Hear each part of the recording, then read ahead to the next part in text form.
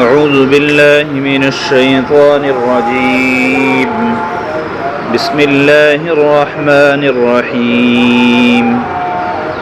ما كان محمد أبا أحد من رجالكم ولكن رسول الله وخاتم النبيين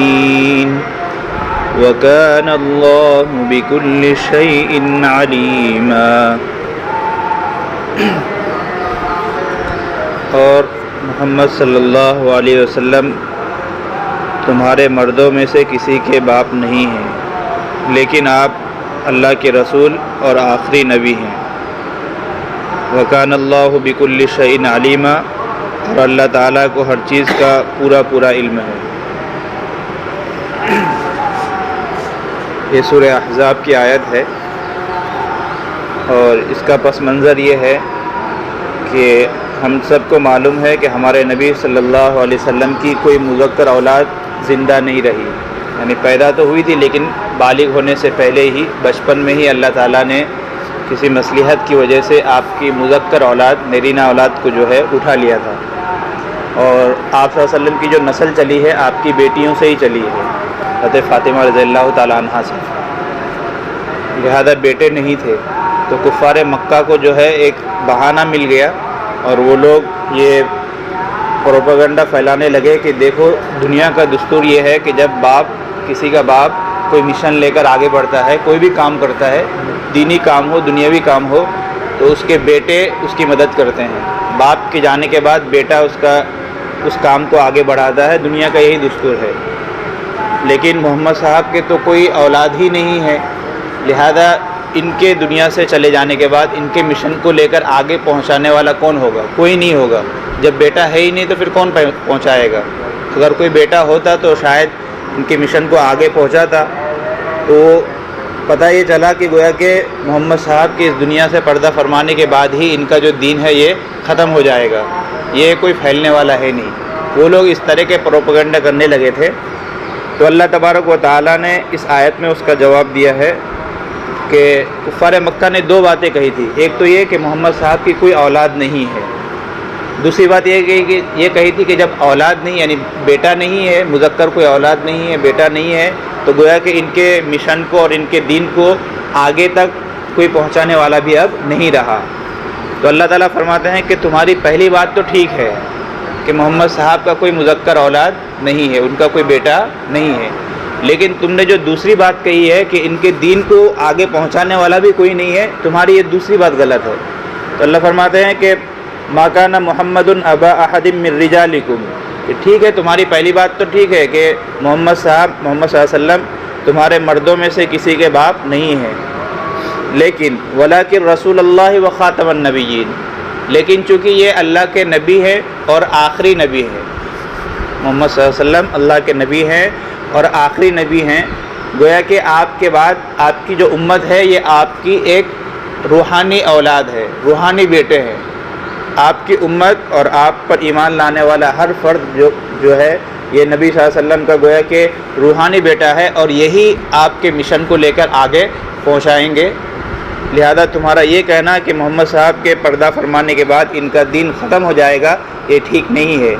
ان کا آنے والا ہر امتی ان کے دین کو آگے تک پہنچائے گا، اور ہوا بھی یہی ہے۔ صحابہ کرام پوری دنیا میں پھیل گئے، اور پھر صحابہ کے بعد تابعین، تابعین کے بعد تبع تابعین، اور 1400 سال بلکہ 1444 ہو گئے، 1450 سال گزر گئے، اور ہمارے آباء و اجداد کے ذریعے ہم تک دین پہنچا ہے، اور ہم بھی انشاءاللہ اگلی نسل تک دین کو پہنچائیں گے۔ پھر وہ لوگ اگلی نسل تک جب تک اللہ کو منظور ہوگا یہ دین پہنچ کر رہے گا۔ اور حدیث میں یہاں تک ہے کہ قیامت اس وقت تک قائم نہیں ہوگی جب تک گھر گھر میں اللہ کا دین نہ پہنچ جائے۔ ابھی تو چونکہ مسلمان دوسرے نمبر پر ہے، پہلے نمبر پر عیسائی ہے، دوسرے نمبر پر مسلمانوں کی تعداد ہے، لیکن ایک وقت وہ بھی آئے گا کہ جب حضرت عیسیٰ علیہ السلام نازل ہوں گے، اور جب عیسیٰ علیہ السلام نازل ہوں گے تو عیسائی بھی ان کو دیکھ کر اسلام کی حقانیت کو سمجھ جائیں گے، اور وہ لوگ بھی مسلمان ہو جائیں گے، اور اس وقت پھر جنگ ہوگی، اور یہودی اور دوسرے جو ہندو وغیرہ ہیں یہ لوگ سارے مارے جائیں گے۔ تو اس زمانے میں ایسا ہوگا کہ ہر گھر مسلمان کا ہی ہوگا،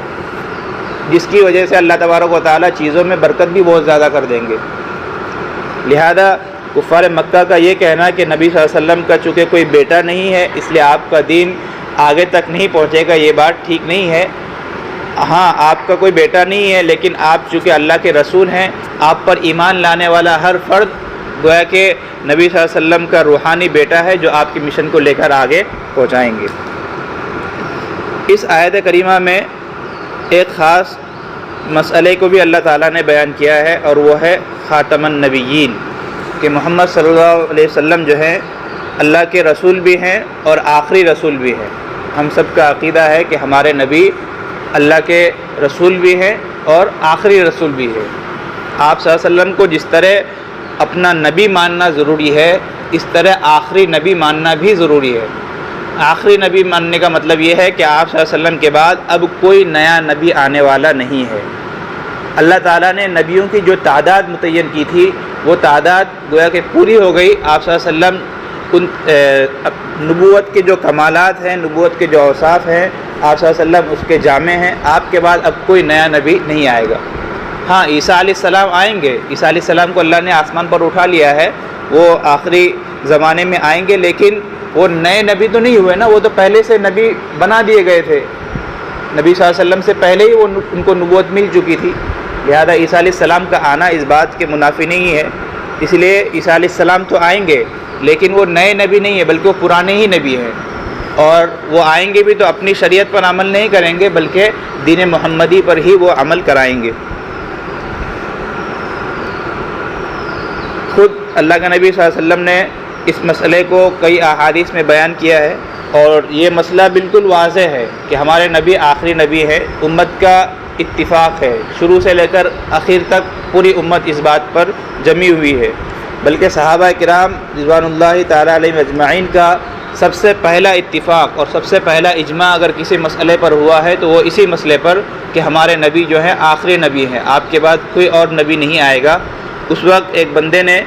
مسلمہ کذاب نامی ایک بندے نے نبوت کا دعویٰ کیا تھا، تو تمام صحابہ کرام نے مل کر اس کے خلاف جہاد کیا تھا اور اس کو مار گرایا تھا۔ تو صحابہ کا سب سے پہلا اجماع اسی مسئلے پر ہے۔ قرآن کریم کی تقریباً 100 آیات اور 200 سے زیادہ احادیث مبارکہ اس مسئلے پر دلالت کرتی ہے،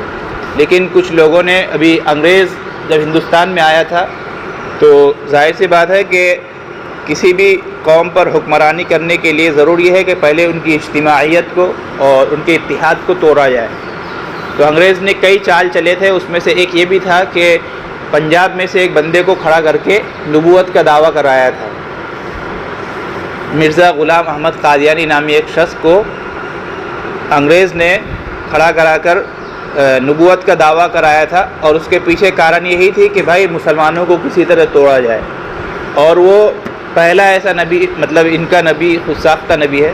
کہ اب تک جتنے انبیاء آئے ہیں ہر ایک نے جہاد کی ہے،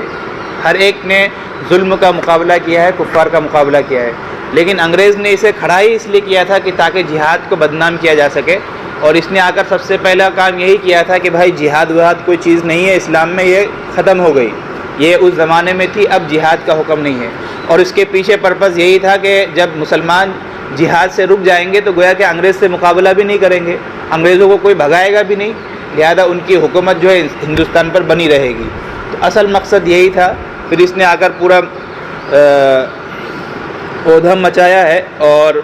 کئی کتابیں بھی لکھی جس سے لوگوں کو اس نے گمراہ کرنے کی کوشش کی، لیکن ہم مسلمانوں کا متفقہ عقیدہ ہے کہ اللہ کے نبی صلی اللہ علیہ وسلم اللہ کے نبی بھی ہیں، رسول بھی ہیں اور آخری رسول ہیں۔ جس طرح اللہ تبارک و تعالیٰ کے کچھ صفات ہیں کہ اللہ تبارک و تعالیٰ کو ایک ماننا ضروری ہے، اللہ کے ساتھ کسی اور کو شریک کریں گے تو یہ شرک ہوگا۔ اسی طرح اللہ تعالیٰ کی کچھ صفات ہیں کہ اللہ تبارک و تعالیٰ رازق ہے، اللہ خالق ہے، اللہ ہی پیدا کرتا ہے، اللہ ہی جلاتا ہے، اللہ ہی روزی دیتا ہے۔ اگر ان صفات میں کسی اور کو شریک کریں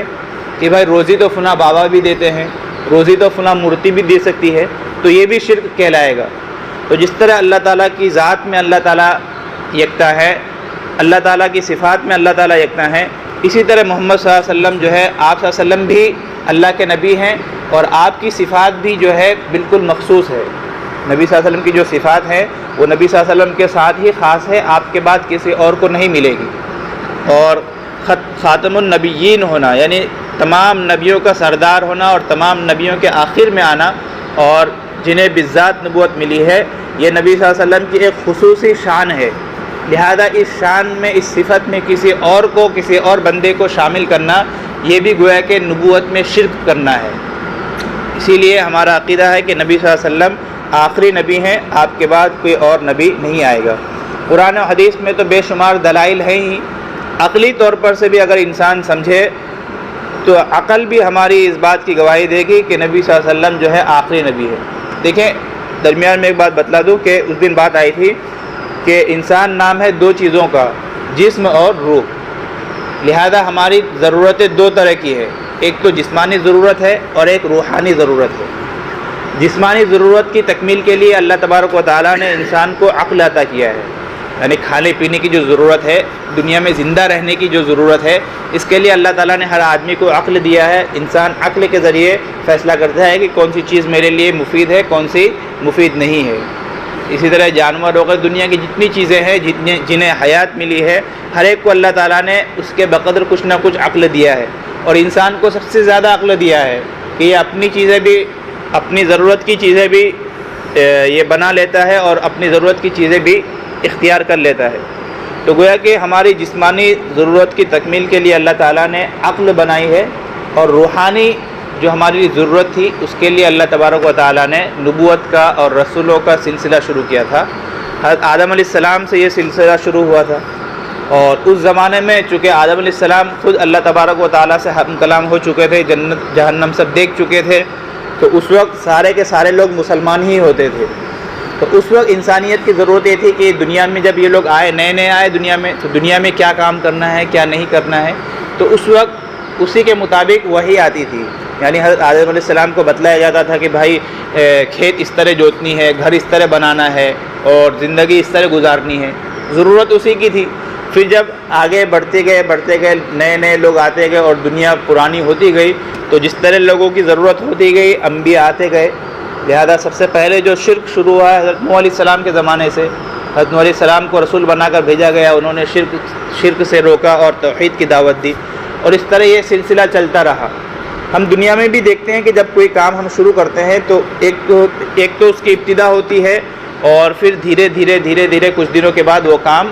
اپنے اختتام تک پہنچتی ہے۔ مثال کے طور پر ہم ایک گھر بناتے ہیں تو سب سے پہلے اس کی بنیاد رکھتے ہیں، پھر دیواریں کھڑی کرتے ہیں، پھر چھت دیتے ہیں، پھر پلاسٹر کرتے ہیں، پھر فرنیچر لگاتے ہیں، رنگ کرتے ہیں، تو اس طرح ایک دن ایسا آتا ہے کہ وہ گھر مکمل ہو جاتا ہے۔ اس کے بعد پھر اب اس گھر میں کچھ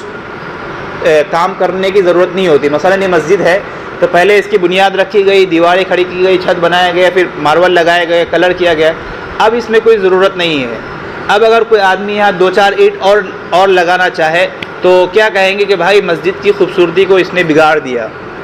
تو یہی ہوا، اللہ تعالیٰ نے حضرت آدم علیہ السلام سے نبوت کا ایک سلسلہ شروع کیا تھا، اور وہ پہنچتے پہنچتے نبی صلی اللہ علیہ وسلم تک آ کر جو ہے وہ سلسلہ منقطع ہو گیا ہے۔ انسانیت کی جتنی ضرورت تھی اللہ تعالیٰ نے وہ ضرورت پوری کر دی، لہذا اب کسی اور کو اس میں شامل کرنا گویا کہ اللہ تعالیٰ کے فیصلے کے خلاف اپنا فیصلہ داخل کرنا ہے۔ اسی کو ایک حدیث میں اللہ کے نبی نے فرمایا کہ نبوت جو ہے ایک محل کی طرح ہے، اور اس میں ایک اینٹ کی جگہ خالی تھی، لہذا نبی صلی اللہ علیہ وسلم فرماتے ہیں کہ وہ آخری اینٹ میں ہی ہوں، میں آگے اب نبوت کی جو عمارت ہے یہ عمارت بالکل مکمل ہو گئی، اب نہ اس میں سے کوئی اینٹ نکالی جا سکتی ہے، نہ اس میں کوئی اینٹ داخل کی جا سکتی ہے۔ اگر ایک اینٹ نکال دیں گے تو گویا کہ وہ گھر کیا ہو جائے گا، ناقص رہ جائے گا، اس میں ایک سوراخ ہو گیا، گویا کہ مسجد سے ایسے ایک اینٹ نکال دیں تو مسجد میں سوراخ ہو گیا، تو ایک نقصان ہو گیا مسجد کا۔ تو اس عمارت سے اگر کوئی اینٹ نکالے، یعنی کسی بھی ایک نبی کا انکار کر دیں، تو گویا کہ اس عمارت کو ہم نے ٹھیس پہنچایا، اور اگر اس عمارت میں کوئی ایک اینٹ کا اضافہ کر دے تب بھی وہ عمارت بدصورت ہو جائے گی، بدنما ہو جائے گی۔ لہذا نبیوں کی جو تعداد تھی وہ اللہ تعالیٰ نے پوری کر دی ہے، اب نبی کوئی نیا نبی آنے والا نہیں ہے، محمد صلی اللہ علیہ وسلم اللہ کے آخری نبی ہیں، اور آپ صلی اللہ علیہ وسلم کے بعد کوئی اور نبی نہیں آئے گا۔ پھر سوال وہی ہوگا کہ انسانیت کو رہنمائی کی ضرورت تو ہمیشہ ہے، یعنی ہر انسان کو ہدایت کی ضرورت ہے۔ جب نبی صلی اللہ علیہ وسلم کے بعد کوئی نبی نہیں آئے گا تو لوگوں کی رہنمائی کون کرے گا؟ لوگوں کی ہدایت اور لوگوں کی روحانی جو ضرورت ہے اس کی تکمیل کون کرے گا؟ تو اللہ تعالیٰ نے فرمایا کہ آپ آخری نبی ہیں، آپ کے بعد کوئی اور نبی تو نہیں آئے گا. اور ایک حدیث میں خود ہے کہ میرے بعد جو ہیں خلفاء ہوں گے. یعنی اللہ کے نبی فرماتے ہیں کہ بنی اسرائیل میں ایسا ہوتا تھا کہ جب کوئی ایک نبی چلا جاتا تھا تو اس کی جگہ کوئی دوسرا نبی آ جاتا تھا، لیکن میں چونکہ آخری نبی ہوں، میرے بعد کوئی اور نبی نہیں آئے گا، بلکہ میرے بعد خلفاء ہوں گے. اور خلفاء ایک تو وہ خلفاء تھے جو پہلے زمانے میں تھے کہ جن کے پاس جو عالم بھی ہوتے تھے اور جن کے پاس حکومت بھی ہوتی تھی. جو اسلامی اصل خلفاء ہیں، خلفاء راشدین ہیں، اور ان کے بعد کے بھی کچھ لوگ ہیں جو اس وقت کے حاکم بھی ہوتے تھے اور اس وقت کے عالم بھی ہوتے تھے. لیکن بعد میں یہ سلسلہ چونکہ حکومت الگ ہو گئی اور علماء الگ ہو گئے، تو اب کے دور میں خلفاء علماء کو ہی کہا جائے گا کہ اگر کسی آدمی کو دین کا علم چاہیے، دین کی رہنمائی چاہیے اور مسئلہ و مسائل پوچھنا ہے تو وہ علماء کے پاس آئیں. اور ایک حدیث میں خود ہے کہ علماء جو ہے یہ انبیاء کے وارث ہیں. انبیاء کا جو مشن ہے اسی کام کو علماء لے کر لوگوں تک پہنچتے ہیں. تو لہذا یہ جو مسئلہ رہ گیا کہ لوگوں کی رہنمائی کے لیے اور لوگوں کی ہدایت کے لیے اب کیا سامان ہوگا، تو اب علماء اور انبیاء کے جو وارثین ہیں وہ اس کام کو انجام دیں گے. عقلی طور پر بھی یہ بات سمجھ میں آتی ہے کہ نبی صلی اللہ علیہ وسلم آخری نبی ہیں، آپ کے بعد نبوت کی ضرورت نہیں ہے. اور اس کی وجہ یہ ہے کہ پہلے زمانے میں ایسا ہوتا تھا کہ ایک نبی کے بعد دوسرا نبی کب بھیجا جاتا تھا. تو ہم اگر تاریخ کا مطالعہ کریں تو پتہ چلتا ہے کہ جب پہلے نبی کی شریعت کو لوگوں نے بھلا دیا ہو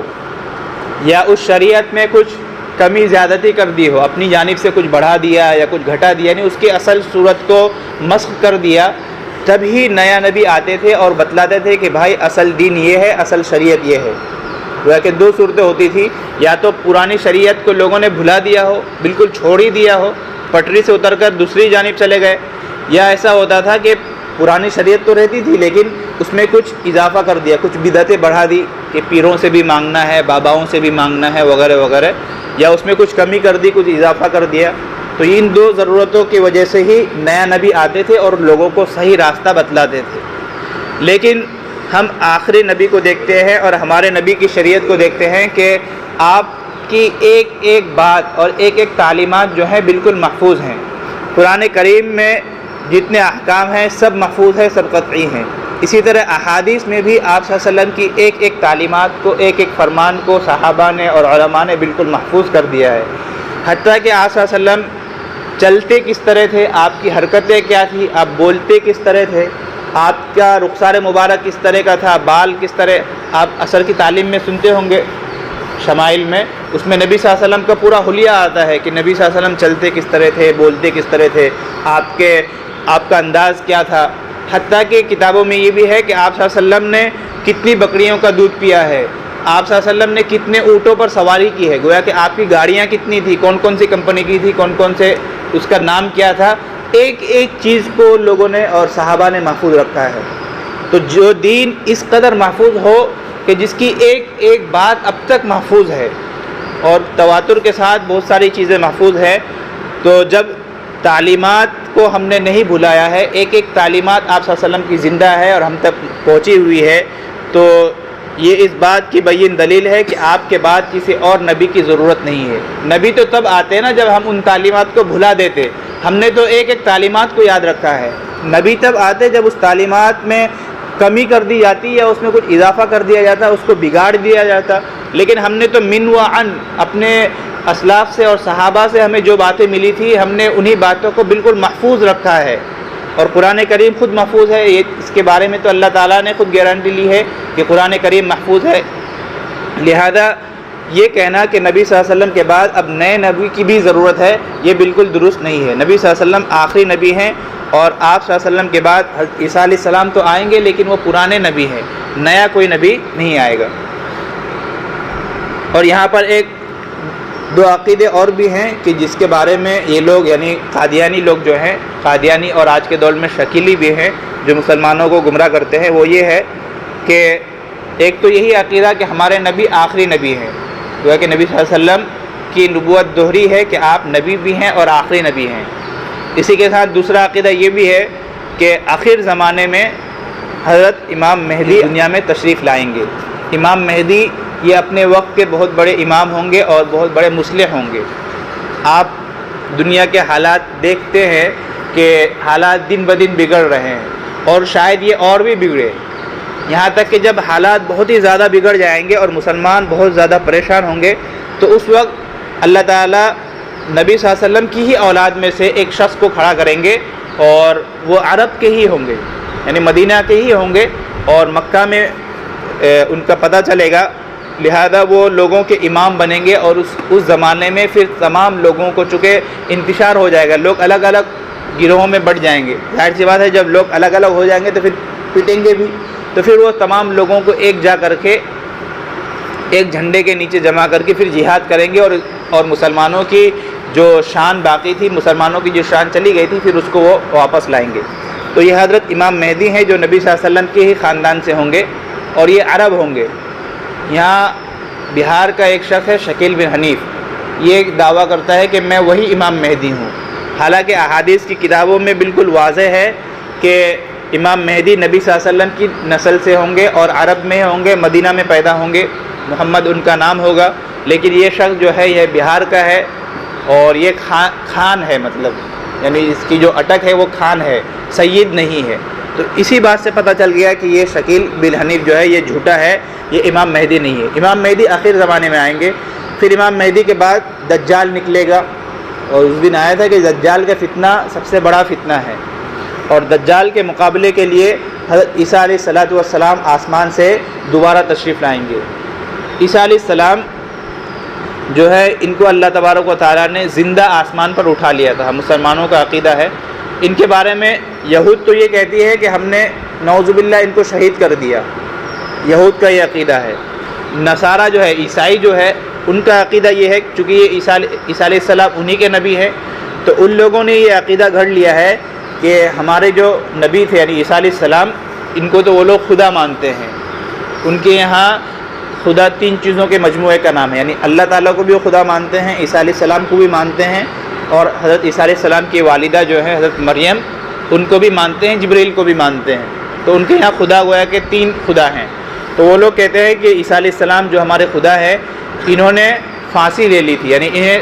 صلیب پر چڑھا دیا گیا تھا، سولی دے دیا گیا تھا، اور انہوں نے سولی اسی لیے چڑھایا تھا تاکہ ہماری پوری امت یعنی عیسائیت جو ہے قیامت تک آنے والے جتنے عیسائی ہیں ہر ایک کے گناہوں کا کفارہ ہو جائے، یعنی ہم لوگ چاہے دنیا میں کوئی بھی گناہ کریں، اب ہمارا کوئی پرسان حال نہیں ہوگا، یعنی ہم سے کچھ پوچھا ہی نہیں جائے گا، چاہے ہم کتنا ہی گناہ کر لیں۔ وجہ کیا؟ تو کہتے ہیں کہ اس لیے کہ ہماری جو نبی ہیں حضرت عیسیٰ علیہ السلام، انہوں نے خود اپنے آپ کو سولی دے دی ہے، اور ہماری طرف سے وہ کفارہ ہو گئے ہیں۔ یہ انہوں نے ایک باطل عقیدہ گھڑا ہے۔ قرآن کہتا ہے کہ وما قتلوہ وما صلبوہ، کہ نہ یہودیوں کا عقیدہ درست کہ عیسیٰ علیہ السلام کو ہم نے نعوذ باللہ قتل کر دیا، نہ عیسائیوں کا نظریہ درست کہ نعوذ باللہ انہوں نے اپنے آپ کو سولی دے دی، بلکہ دونوں کا نظریہ غلط ہے۔ ہوا یہ تھا کہ جب عیسیٰ علیہ السلام اس دنیا میں آئے تھے تو یہود جو ہے ان کے دشمن ہو گئے تھے، اور یہود ان کے ہر وقت ان کو قتل کرنے کے در پہ ہوتے تھے، اور ایک مرتبہ بالکل قریب آ گئے تھے کچھ لوگ حملہ کرنے کے لیے۔ عیسیٰ علیہ السلام جس گھر میں پوشیدہ بیٹھے ہوئے تھے، اس گھر میں کچھ لوگ آ کر گھس گئے تھے، کچھ لوگ تو باہر ہی تھے، لیکن ان میں سے ایک آدمی قتل کی نیت سے وہ اندر آیا تھا۔ تو اس وقت اللہ تعالیٰ نے یہ کیا تھا کہ عیسیٰ علیہ السلام کو اللہ تعالیٰ نے اٹھا لیا تھا، زندہ آسمان پر اٹھا لیا تھا۔ آپ 4تھے آسمان پر آج بھی زندہ ہے، اور وہ جو شخص اندر آیا تھا اسی کو اللہ تبارک و تعالیٰ نے عیسیٰ علیہ السلام کی شکل دے دی تھی۔ اور جب وہ باہر گیا کہ بھائی یہاں تو وہ ہے نہیں، تو لوگوں نے دیکھا کہ یہ تو وہی ہے، یعنی شکل چونکہ اس کی بدل چکی تھی، تو لوگوں نے اسی کو مار دیا، اور وہ لوگ یہ سمجھ گئے کہ ہم نے عیسیٰ علیہ السلام کو نعوذ باللہ مار دیا۔ پھر بعد میں ہی ان میں یہ بات چلی کہ یار چلو ہم نے عیسیٰ علیہ السلام کو تو مار دیا، لیکن ہمارا بندہ کہاں گیا جو اندر گیا تھا؟ تو پھر وہ لوگ شک میں پڑ گئے کہ یہ جس کو ہم نے مارا ہے یہ وہی تو نہیں ہے۔ تو اس طرح ان کے اندر جو ہے عقیدے کی بگاڑ آ گئی، اور عیسائیوں نے کہا ہم نے مار دیا، اور عیسائیوں نے کہا کہ ہم نے ہماری وجہ سے وہ سولی پر چڑھ گئے، اور یہودیوں نے کہا کہ ہم نے نعوذ باللہ مار دیا۔ قرآن کہتا ہے کہ نہ تم نے مارا ہے نہ وہ سولی پر چڑھے، بلکہ ہم نے اٹھا لیا ہے، اور آخر زمانے میں عیسیٰ علیہ السلام اس دنیا میں تشریف لائیں گے، دجال کو قتل کریں گے، اس کے بعد اسلامی حکومت قائم ہوگی، گھر گھر میں اسلام پہنچے گا، اور اللہ تبارک و تعالیٰ نے نبی صلی اللہ علیہ وسلم سے جو وعدہ لیا تھا اس وعدے کو اللہ تعالیٰ پورا کریں گے، اور کفار مکہ نے جو طعنہ دیا تھا کہ محمد صلی اللہ علیہ وسلم کا کوئی مذکر اولاد نہیں ہے، کوئی بیٹا نہیں ہے، لہذا اس کے مشن کو لے کر کون آگے بڑھے گا، تو اس زمانے میں یہ مشن اپنے پائے تکمیل تک پہنچے گی، اور ہر گھر میں محمد صلی اللہ علیہ وسلم کی تعلیمات کو اور آپ کے دین کو اللہ تبارک و تعالیٰ پہنچائیں گے۔ تو اس آیت میں یہی بیان کیا گیا ہے کہ نبی صلی اللہ علیہ وسلم جو ہیں تمہارے مردوں میں سے کسی کے باپ نہیں ہے، یعنی ان کا کوئی مذکر بیٹا نہیں ہے، کوئی بیٹا نہیں ہے، لیکن یہ اللہ کے رسول ہیں اور خاتم النبیین ہیں، یعنی آخری نبی ہیں۔ وَكَانَ اللَّهُ بِكُلِّ شَيْءٍ عَلِيمًا، اور اللہ تبارک و تعالیٰ کو ہر بات کا کامل علم ہے، یعنی اللہ تعالیٰ نے نبی صلی اللہ علیہ وسلم کی مذکر اولاد کیوں نہیں دی، آپ کی جو اولاد پیدا ہوئی تھی حضرت ابراہیم وغیرہ، حضرت قاسم وغیرہ، وہ لوگ زندہ کیوں نہیں رہے، تو اللہ فرماتے ہیں کہ یہ میرا بھید ہے، اللہ ہی اس راز کو جانتے ہیں، اللہ کے آگے ہم سوال نہیں کر سکتے، لہذا اللہ کو جیسا منظور تھا ویسا ہی ہوا، لیکن چونکہ نبی صلی اللہ علیہ وسلم کا ہر امتی آپ کا روحانی بیٹا ہے، لہذا پوری امت پر یہ ذمہ داری عائد ہوتی ہے کہ آپ کے دین کو، آپ کی تعلیمات کو اگلی نسلوں تک منتقل کرے۔ تو ہماری بھی یہ ذمہ داری ہوتی ہے کہ ہم تک جو دین ہمارے آباء و اجداد کے ذریعے پہنچا ہے، ہم اس دین کو کما حق ہو اپنی آنے والی نسلوں تک، اپنی اولاد تک اور آنے والے لوگوں تک اس دین کو پہنچائے۔ جن لوگوں تک یہ دین نہیں پہنچا ہے ان تک پہنچانا گویا کہ ہم سب کی ذمہ داری ہوتی ہے۔ اللہ تبارک و تعالیٰ کہیں سنی باتوں پر عمل کرنے کے توفیق عطا فرمائے۔